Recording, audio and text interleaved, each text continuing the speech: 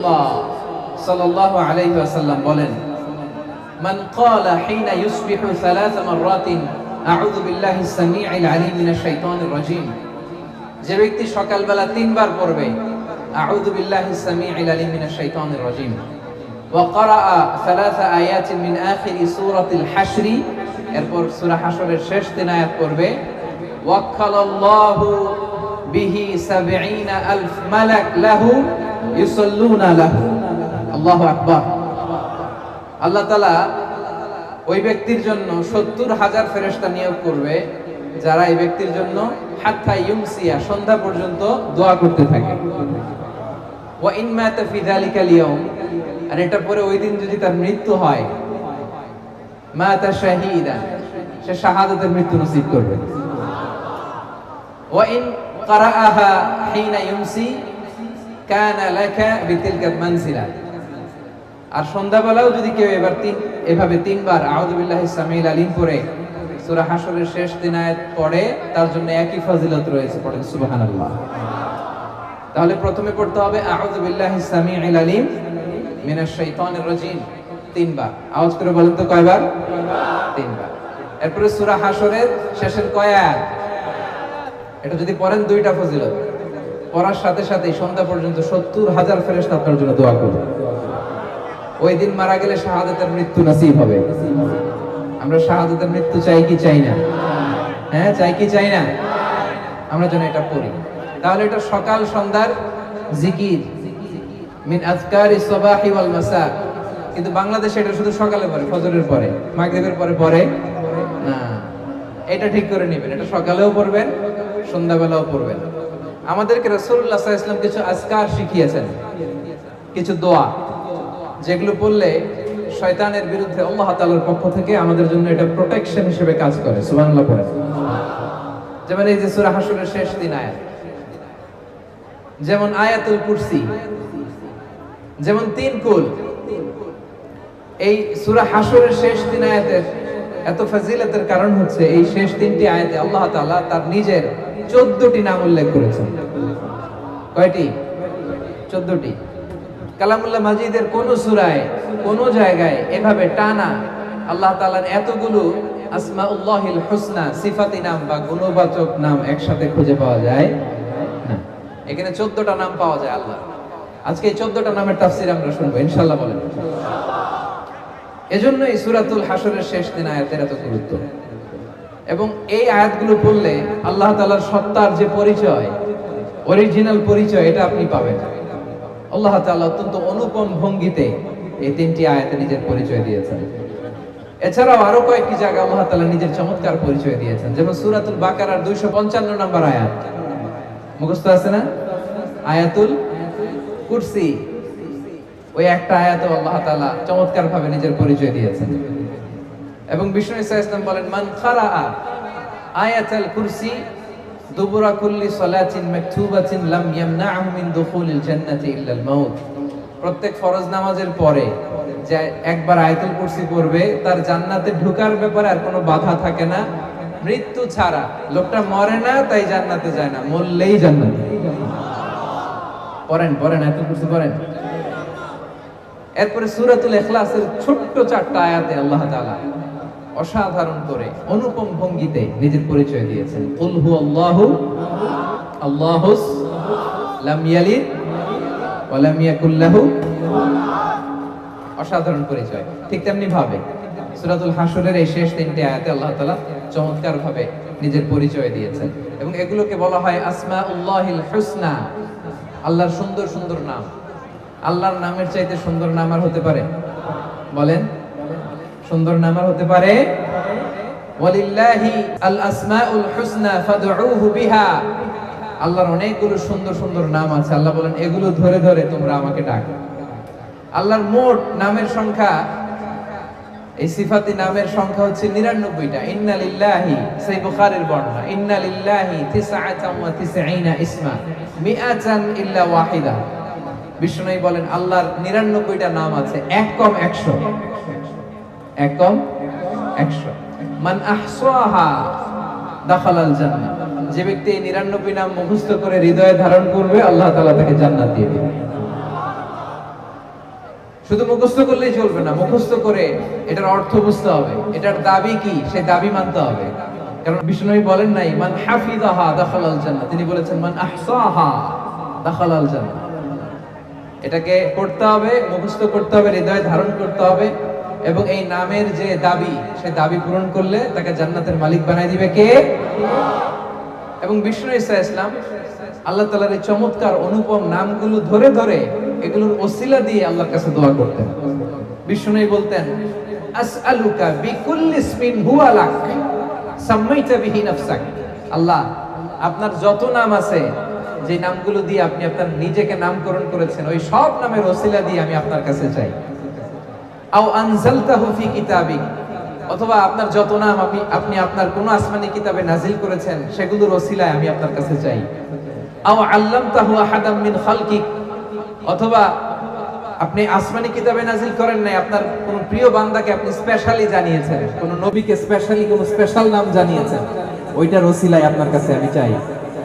আও ইস্তাসারতা বিহি ফি ইলমিল গায়বি ইনদাক, অথবা আপনার যেই নাম কোরআনেও নাই, হাদিসেও নাই, কোন নবী ওলিরেও জানেন নাই, এই নাম শুধু আপনি জানেন, দুনিয়ার কেউ জানে না, ওই নামগুলোর ওসিলা তো আপনার কাছে চাই।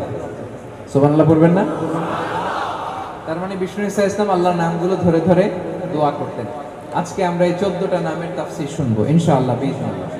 তাহলে আমরা আর কাল বিলম্ব না করে সরাসরি সূরাতুল হাশরের শেষ 3 আয়াতের তাফসীরের দিকে যাচ্ছি। পড়ুন, আওয়াজ করে আমার সাথে সাথে পড়ুন। আউযু বিল্লাহি মিনাশ শাইতানির রাজীম, বিসমিল্লাহির রাহমানির রহিম। হুয়াল্লাহুল্লাযী লা ইলাহা ইল্লা হু আলিমুল গায়বি ওয়াশ শাহাদাতি হুয়ার রাহমানুর রহিম। সুবহানাল্লাহ পড়ে। হুয়াল্লাহুল্লাযী লা ইলাহা ইল্লা হু, হুয়াল্লাহ তিনি হচ্ছেন আল্লাহ, লা ইলাহা ইল্লা হু তিনি ছাড়া কোনো ইলাহ নাই, কোনো মা'বুদ নাই। আলিমুল গায়বি ওয়াশ শাহাদা তিনি দৃশ্য জগতের জ্ঞানও রাখেন, অদৃশ্য জগতের জ্ঞানও রাখেন। হুয়ার রহমানুর রহিম তিনি মেহেরবান, তিনি দয়ালু। সুবহানাল্লাহ পড়ে। তাহলে আল্লাহ নিজের পরিচয় প্রথমে দিলেন আল্লাহ দিয়ে, তিনি বললেন হুয়াল্লাহ তিনি হচ্ছেন আল্লাহ। আওয়াজ করে বলেন তো তিনি কে? আল্লাহ। আল্লাহ নামটা ডাকতে আপনাদের কেমন লাগে? ভালো লাগে? তাহলে আওয়াজ করে আল্লাহরে ডাকেন তো, বলেন ইয়া আল্লাহ। আওয়াজ তুলে পড়ুন ইয়া আল্লাহ, ইয়া আল্লাহ। এটা এমন নাম যে নামকে 1000 বছর ধরে 1000 কোটি মানুষ জপেছে, ঠিক কি না? এটা এমন নাম যে নাম জপলে হৃদয়ের মধ্যে প্রশান্তির হাওয়া বয়, ঠিক কি না? কি সুন্দর নাম আল্লাহ। আল্লাহ বললেন হু আল্লাহ তিনি হচ্ছেন আল্লাহ। এটা আল্লাহর জাতি নাম, সত্তাগত নাম, আসল নাম। আমার নাম রাখছে আমার বাবা, আপনার নাম রাখছে আপনার দাদা, মোস্তাফিজ ভাইয়ের নাম রাখছে ওনার দাদা। আল্লাহর নাম রাখছে কে বলেন? হ্যাঁ, আল্লাহর বাবা দাদা আছে? লাম ইয়ালিদ ওয়া লাম ইউলাদ, জন্ম দেয়ও নাই, জন্ম নেয়ও। আল্লাহ বলে যেহেতু জন্ম নেই নাই, দেই নাই, বাপ নাই, দাদা নাই, আমার নাম আমি নিজেই রেখে দিয়েছি। নামটা কি? আওয়াজ করে বলুন নামটা কি? যত জায়গায় আল্লাহ তাআলা পরিচয় দিয়েছেন এভাবে বলেছেন হু আল্লাহ তিনি হচ্ছেন আল্লাহ। তিনি কি? আবার বিভিন্ন জায়গায় আল্লাহ তাআলা বলেছেন নিশ্চয়ই আমি আল্লাহ, ইন্নানি আনাল্লাহু লা ইলাহা ইল্লা আনা ফা'বুদনি ওয়া আকিমিস সালাতা লিযিকরি, নিশ্চয়ই আমি হলাম আল্লাহ। তিনি কে? ইন্নানি আনাল্লাহ লা ইলাহা ইল্লা আনা, আমি আল্লাহ, আমি ছাড়া কোনো ইলাহ নাই। এক ইলাহ, তিনি প্রথম, তিনি শেষ, তিনি প্রকাশ্য, তিনি গোপন। যখন কেউ ছিল না তখন ছিল কে? যখন কেউ থাকবে না তখন থাকবে কে? তিনি সূচনাহীন, অতীত থেকে আছেন, তিনি শেষহীন, ভবিষ্যৎ পর্যন্ত থাকবেন। হুয়াল আউয়াল হুয়াল আখির, তিনি প্রথম, তিনি শেষ, ঠিক কি না? এজন্য রব্বুল আলামিন বলেন হুয়াল আউয়াল ওয়াল আখির ওয়াল যাহির ওয়াল বাতিন ওয়া হুয়া বিকুল্লি শাইইন আলীম। আল্লাহ বলেন আমি প্রথম, আমি শেষ, আমি প্রকাশ্য, আমি গোপন, আমার আগেও কেউ নাই, আমার পরেও কেউ নাই। তিনি কে? প্রথমে আল্লাহ আল্লাহ, শেষেও আল্লাহ আল্লাহ, আকাশে আল্লাহ আল্লাহ, জমিনে আল্লাহ আল্লাহ। পড়েন, প্রথমে আল্লাহ আল্লাহ, শেষেও আল্লাহ আল্লাহ, আকাশে আল্লাহ আল্লাহ, জমিনে আল্লাহ আল্লাহ।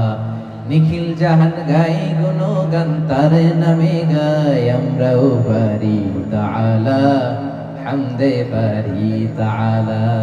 সুবহানাল্লাহ পড়েন। ওয়াল আউয়াল ওয়াল আখির ওয়াল যাহির ওয়াল বাতিন, তিনি প্রথম, তিনি শেষ, তিনি প্রকাশ্য, তিনি গোপন। হুয়াল্লাহুল্লাযী লা ইলাহা ইল্লাহু, আল্লাহ বলেন তিনি আল্লাহ, যিনি ছাড়া কোনো ইলাহ নাই। আমাদের ইলাহ কয়জন? আওয়াজ করে বলতে হবে, ইলাহ কয়জন? ওয়া ইলাহুকুম ইলাহু ওয়াহিদুন লা ইলাহা ইল্লাহু, তিনি এক ইলাহ, একাধিক ইলাহ আমাদের ধর্মে নাই, ঠিক কিনা? ইলাহু ওয়াহিদ, এক ইলাহ। এক ইলাহ হইলে আমাদের জন্য সুবিধা বেশি না ইলাহ বেশি হইলে সুবিধা বেশি? বলেন তো। আমার মালিক একজন হইলে ভালো না তিনজন হইলে ভালো? একজন হইলে তিনি যা বলে ওইটা মানলেই হয়েছে, ঠিক কিনা? ওনার মন জোগায় চলতে পারলেই হয়েছে, ঠিক কিনা? তিনজন যদি হয়, হ্যাঁ, ঝামেলা আছে না নাই?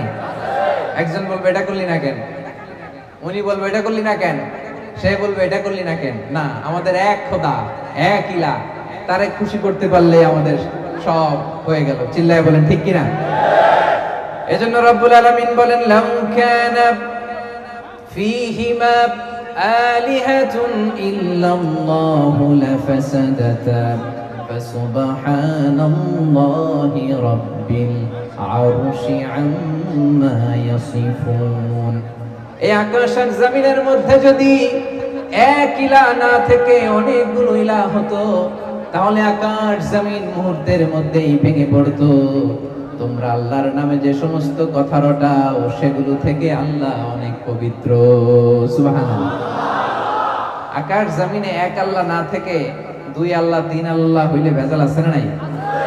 দেখেন এখন গোটা বসুন্ধরা কি চমৎকার একটা ব্যালেন্স, মাল্টি ডাইমেনশনাল ইউনিভার্স, কত চমৎকার। সকালবেলা সূর্য ওঠে, দিন শেষে সূর্য ডোবে, বৃষ্টি নামে, ঝর্ণা পড়ে, দিন গড়িয়ে মাস আসে, মাস গড়িয়ে বছর আসে।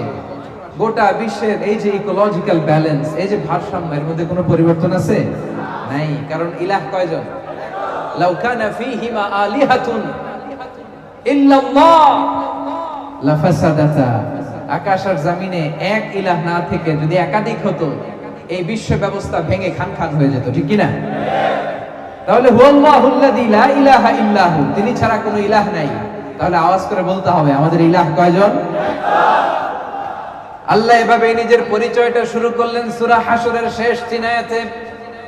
তিনি হলেন আল্লাহ, তিনি ছাড়া কোনো ইলাহ নাই, তিনি হলেন এক ইলাহ, এক মাবুদ। তিনি ছাড়া একাধিক ইলাহ হলে গোটা বিশ্ব ব্যবস্থা ভেঙে যেত, খান খান হয়ে যেত। এরপরে তিনি বললেন আলিমুল গায়বি ওয়াশ শাহাদাতি হুয়ার রহমানুর রহিম। আলিমুল গায়বি ওয়াশ শাহাদা, the knower of seen and unseen world, the knower of open and secret। যেটা ওপেন এটাও তিনি জানেন, যেটা সিক্রেট ওইটাও জানেন, যেটা সিন দৃশ্যমান ওইটাও জানেন, যেটা আনসিন দেখা যায় না ওইটাও জানেন। সুবহানাল্লাহ। আমাদের কাছে যেটা জানা দৃশ্যমান এটাও জানেন, আমাদের কাছে যেটা অজানা অদৃশ্য ওইটাও জানেন। আসলে ইলমুল গায়ব এটা আল্লাহর জন্য না, এটা আমাদের দিক থেকে ইলমুল গায়ব। তার জন্য কোনো গায়ব নাই, তার জন্য সব শাহাদা, তার জন্য সব হায়াদের। তিনি মহাবিশ্বের শুরু থেকে শেষ পর্যন্ত এট এ গ্ল্যান্সে একবারে দেখেন। চিল্লায় বলেন ঠিক কি না? অতীত বর্তমান ভবিষ্যৎ এটা আমাদের জন্য। আল্লাহর জন্য অতীত আছে, বর্তমান আছে, ভবিষ্যৎ আছে। সেই মহাবিশ্বের শুরু থেকে শেষ পর্যন্ত তার কাছে সমান। আমরা যে বলি ইলমুল গায়েব, অদৃশ্যের খবর, এটা ফ্রম আওয়ার সাইড, আমাদের দিক থেকে ইলমুল গায়েব। আল্লাহর জন্য আবার কিসের ইলমুল গায়েব? আল্লাহর জন্য কোনো ইলমুল গায়েব নাই। কোরআনে যত জায়গায় ইলমুল গায়েবের কথা আছে, এটা আমাদের দিক থেকে চিন্তা করে বলা হয়েছে, আমরা যাতে বুঝি, কারণ আমাদের কাছে অনেক কিছু অজানা। আমাদের কাছে অনেক কিছু অজানা। আমার পিছনে কি চলতেছে ওইটাই আমি দেখি না, ঠিক কিনা? আপনি আপনার নিজ চোখে আপনার পিঠ দেখছেন? পিঠ কথা বলে না। আয়নার সাহায্য ছাড়া, আয়নার সাহায্য ছাড়া আপনি আপনার পিঠ দেখছেন? হ্যাঁ, দেখেন নাই। কত কিছু আমাদের অজানা। আমি আমার নিজেরাই তো দেখলাম না ঠিক মতো। হ্যাঁ, আয়নার সাহায্য ছাড়া আপনি আপনার চোখ দুইটা দেখছেন? কাতারের ভাইরা উত্তর করেন। আয়নার সাহায্য ছাড়া আপনার, আমার চোখ না, আমার চোখ তো দেখতেছেন, আপনার চোখ আপনি আয়নার সাহায্য ছাড়া দেখেছেন কবু? আয়নার সাহায্য ছাড়া আপনার পিঠ কেমন দেখেছেন কখনো? তার মানে অনেক কিছুই আমাদের অজানা। আল্লাহ তাআলা হচ্ছেন আলিমুল গায়বি ওয়াশ শাহাদা। দৃশ্য জগৎ, অদৃশ্য জগৎ সব তার জানা। সিন, আনসিন, ওপেন, সিক্রেট সব তার জানা। আর এই জানতে তার কোনো মাধ্যমের প্রয়োজন হয় না। চিল্লায় বলেন ঠিক কিনা? আমার আপনার জানার জন্য মাধ্যমের দরকার আছে না নাই? জানতে হলে উস্তাদের পদপৃষ্ঠে বসতে হয়, পায়ের কাছে বসতে হয়, শিখতে হয়। জানতে গুগলে সার্চ করতে হয়। জানতে আরেকজনের সহায়তা লাগে। আল্লাহর জানতে আরেকজনের সহায়তা লাগে? গুগলে সার্চ দেওয়া লাগে? কারোর কাছে যাওয়া লাগে? তাহলে আমাদের জানা আল্লাহর জানায় পার্থক্য আছে। আমাদের জানাটা সীমিত, তার জানাটা অসীম। তার জ্ঞানের কোনো শেষ নাই। সবচাইতে বড় জ্ঞানী কে? মুসা আলাইহিস সালাম একবার বনি ইসরাইলের মাঝখানে ওয়াজ করতেছেন। এক লোক বলল, ইয়া নবী আল্লাহ, মান আ'লামু ফিল আরদ, এই জমিনে সবচেয়ে জ্ঞানী কে? মুসা আলাইহিস সালাম বললেন, আনা, আমি জ্ঞানী। আল্লাহ তাআলা এটা পছন্দ করলেন না। আল্লাহ বললেন, না মুসা, তোমার চাইতে বড় জ্ঞানী আছে। দুই সাগরের মিলনস্থল মাজমাউল বাহরাইনে যাও, সেখানে আমার এক বান্দা আছে, নাম খাদির, যারা আমরা বাংলায় বলি খিজির। আমরা কি বলি? খিজির আলাইহিস সালাম। সে তোমার চাইতে বেশি জ্ঞানী, যাও। তো উনি খিজির আলাইহিস সালামের সাথে নৌকা করে যাচ্ছেন। হঠাৎ একটা চড়ুই পাখি চিনেন আপনারা? চড়ুই পাখি এসে সাগর থেকে পানি খাচ্ছে। তো পানি খাওয়ার কারণে চড়ুই পাখির ঠোঁটে বা চঞ্চুতে সাগরের একটু পানি লেগে যাচ্ছে।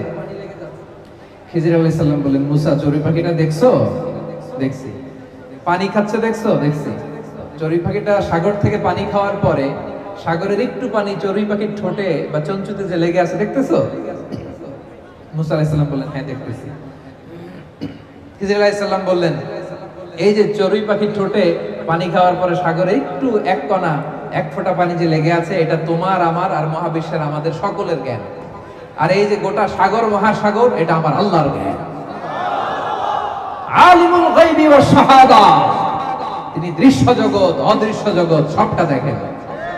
জানা অজানা সবই তার কাছে স্পষ্ট। আর এগুলো জানতে তার কোনো মাধ্যমের প্রয়োজন হয় না। তিনি হচ্ছেন আলিমুল গায়ব। চিল্লায় বলেন ঠিক কিনা? এজন্য আল্লাহ বললেন, হুয়াল্লাযী লা ইলাহা ইল্লা হু আলিমুল গায়বি ওয়াশ শাহাদাতি হুয়ার রহমানুর রহিম। এরপর আল্লাহ বললেন, হুয়ার রহমানুর রহিম, তিনি মেহেরবান, তিনি দয়াময়। 14টা নামের প্রথমটা শুরু হয়ে গেল আর রহমান। 14টা নামের প্রথম নাম কি? আর রহমান। আওয়াজ করে বলেন, 14টা নামের প্রথম নাম কি? আল্লাহরে ডাক দেন, বলেন, ইয়া রহমান, ইয়া রহিম, ইয়া হাইয়ু, ইয়া কাইয়ুম। 14টা নামের প্রথম নাম হচ্ছে আর রহমান। আর রহমান ফিদ দুনিয়া ওয়ার রহিম ফিল আখিরাহ। এই রহমান রহিমের বেসিক্যালি দুইটা তাফসীর। রহমান হচ্ছে তিনি দুনিয়ার জন্য সবাইরে খাওয়ায়, কাফিররে খাওয়ায়, মুমিনরাও খাওয়ায়, সবার জন্য তার দিল দরিয়া আছে না নাই? আছে। ওয়ার রহিম ফিল আখিরাহ, আর রহিম তিনি রহিম আখিরাতের জন্য। আখিরাতে তিনি সবাইকে নেয়ামত দিবেন না, শুধু বিশ্বাসীদের দিবেন, ঠিক কি না? এটা হচ্ছে এক নম্বর তাফসীর। আরেকটা তাফসীর হচ্ছে আর রহমান বাই নেচার, তিনি বাই নেচার দয়ালু। সুবহানাল্লাহ পড়ে। কি রব আমরা পাইছি! তিনি বাই নেচার, সত্তাগত ভাবেই দয়ালু। আর আর রহিম হচ্ছে বাই অ্যাকশন, তিনি তার কাজের দিক থেকেও দয়ালু। সুবহানাল্লাহ বলবেন না? তাহলে তিনি হলেন আর রহমান। রহমান আল্লাহর সবচাইতে গুরুত্বপূর্ণ নাম। আল্লাহ নামের পরে আল্লাহ নামের পরে 99 নামের মধ্যে সবচাইতে গুরুত্বপূর্ণ নাম হলো আর রহমান। এজন্য রব্বুল আলামিন এখানে আর রহমান দিয়ে শুরু করেছেন। আবার কালামুল্লাহ মাজিদে তিনি বলেন قل ادعوا الله أو ادعوا الرحمن أيما تدعوا فله الأسماء الحسنى। আমাকে তোমরা আল্লাহ বলে ডাকো, আমাকে তোমরা আল্লাহ বলে ডাকো কিংবা রহমান বলে ডাকো, কোনো সমস্যা নাই, আমার অনেকগুলো সুন্দর সুন্দর নাম রয়েছে। সুবহানাল্লাহ। আমার আল্লাহ ডাকো কিংবা রহমান ডাকো, তার মানে রহমান নামটা আল্লাহ নামের খুব কাছাকাছি। One of the major names of Allah subhanahu wa ta'ala, আল্লাহর মৌলিক একটা নাম। আল্লাহর পরে সবচেয়ে গুরুত্বপূর্ণ নাম আর রহমান। সবচেয়ে গুরুত্বপূর্ণ নাম কি? আর রহমান। তিনি দয়ার সাগর, তিনি মেহেরবান, তার দয়ার কোনো শেষ নেই। সুবহানাল্লাহ পড়ে। রাসূল সাল্লাল্লাহু আলাইহি ওয়াসাল্লাম বললেন মক্কার কুরাইশদেরকে তোমরা রহমানের জন্য সেজদায় লুটিয়ে পড়ো। তারা বলে রহমান আবার কে? Who is this Rahman? আমরা তো রহমানকে চিনি না। তখন আল্লাহ তাআলা নাজিল করলেন ওয়া ইযা ক্বিলা লাহুম উসজুদু লিররহমানি ক্বালু ওয়া মার রহমান। তাদেরকে যখন বলা হয় রহমানের জন্য সিজদা দাও, তারা বলে রহমান কে? রহমানকে চিনি না। তারা কি বলে? রহমানকে চিনি। আল্লাহ বলে রহমানকে চিনো না, তাহলে চিনে নাও। এজন্য আল্লাহ তাআলা ওই মুহূর্তে রহমান নামে কোরআনে একটা সূরা নাজিল করেছেন। পড়েন সুবহানাল্লাহ। তিনি নাজিল করলেন আর রহমানু আল্লামাল কুরআন খালাকাল ইনসান আল্লামাহুল বায়ান। দয়াময় রহমান শেখালেন কোরআন, বানালেন ইনসান, শেখালেন বায়ান। দয়াময় রহমান শেখালেন কোরআন, বানালেন ইনসান, শেখালেন বায়ান। দয়াময় রহমান শেখালেন কোরআন, বানালেন ইনসান, শেখালেন বায়ান। সুবহানাল্লাহ। তিনি রহমান, দয়ার সাগর। আরশের উপরে বিশাল সাইনবোর্ডে আল্লাহ তাআলা লিখে রেখেছেন সাবাকাত রাহমাতি গাদাবি, মানে আমি আল্লাহর রাগও আছে, আবার আমি আল্লাহর দয়াও আছে। তবে আমি আল্লাহর রাগের চেয়ে আমি আল্লাহর দয়া বেশি। পড়েন সুবহানাল্লাহ। এরপরে আল্লাহ তাআলার আরেকটা নাম হচ্ছে আল মালিক। আল মালিক মানে কিং, রাজাধিরাজ, ক্ষমতার অধিকারী। আসল ক্ষমতার অধিকারী কে? The ultimate authority, supreme authority তার। He is the king.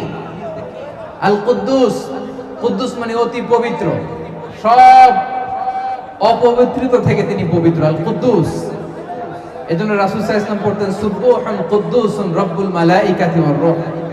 আল্লাহর আরেকটা নাম হচ্ছে আসসালাম, শান্তি, যিনি শান্তি দেয়, গিভার অফ পিস। শান্তি আসে একজনের পক্ষ থেকে, শান্তি দেওয়ার মালিক কে?